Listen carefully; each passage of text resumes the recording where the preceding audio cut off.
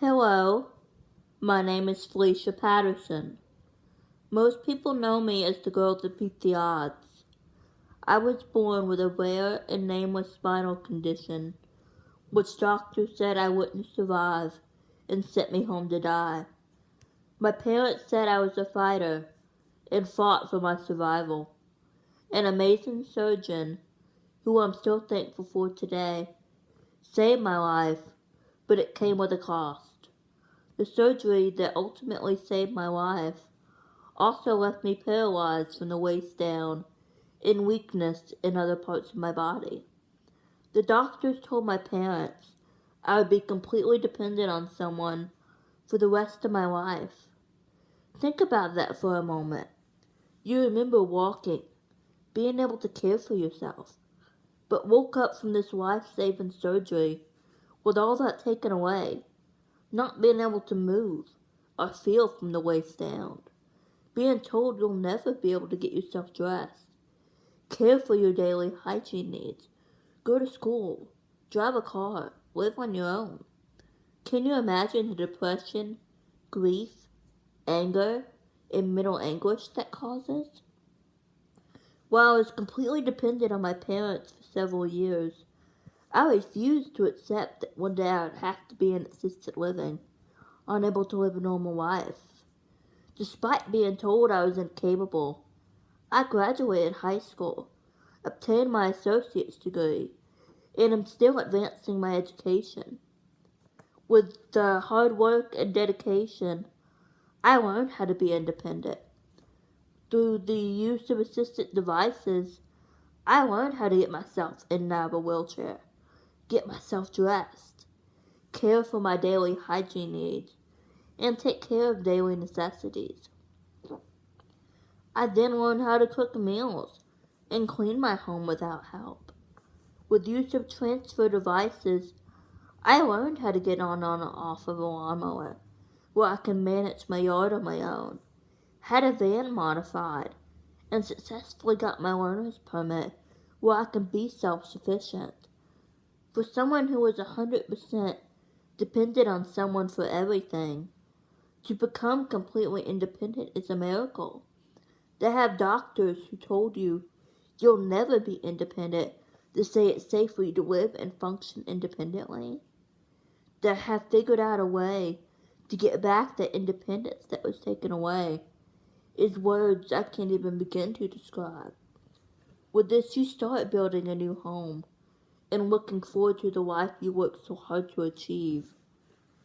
Now imagine that suddenly taken away again, not because of issues you were born with, but because of incompetence someone refuses to recognize. They are four-laning the highway where I live. Anderson Columbia, the company contracted to complete the project, failed to include proper drainage in their designs. Last summer, 2017, they dug and put mounds of stuff that looked like black tar in my front yard for mobile swamp. Toward the end of 2017 and early 2018, they built a 400-yard long, approximately 9-foot high, compressed roadbed across the front of my property. February 11th, 2018, when the rain started at 8 a.m. that morning, that huge mound of dirt started washing under our current home. DOT in Anderson, Columbia could not be reached, and the emergency number the sheriff's department had was inactive. If not for the help of a deputy and an independent contractor helping divert the water, my father and I would be homeless.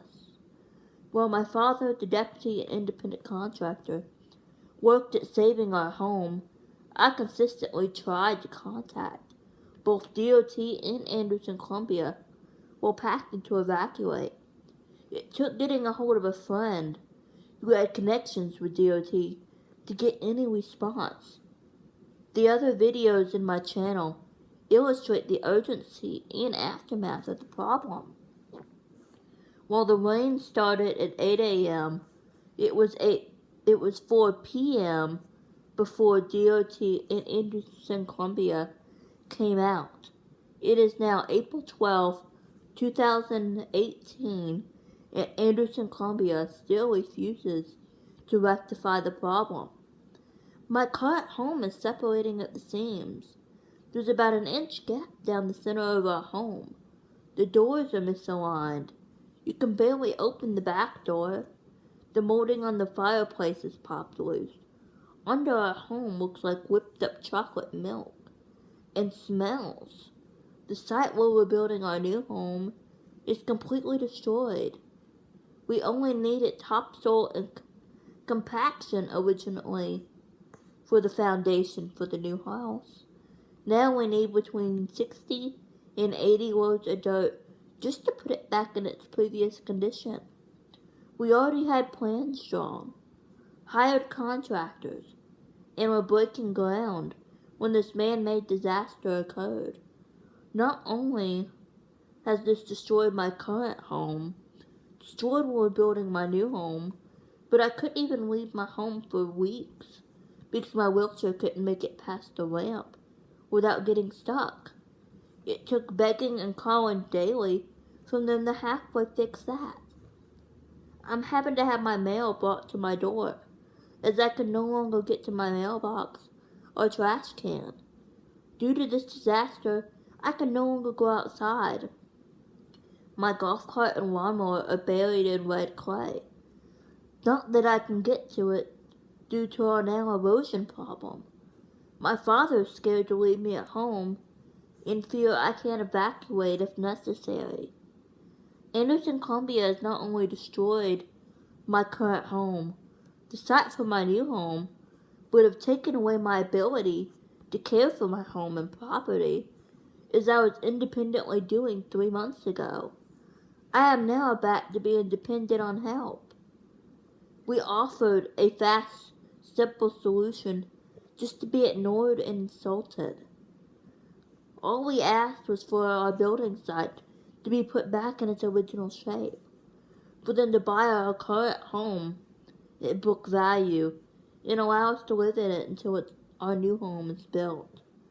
We have given them every chance to make it right, but the offer they made us won't even put our current home back in its previous condition.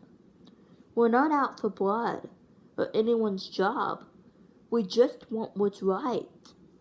Since they aren't willing to do the right thing, I'm hoping the embarrassment of their mistake being public will push them to do the right thing.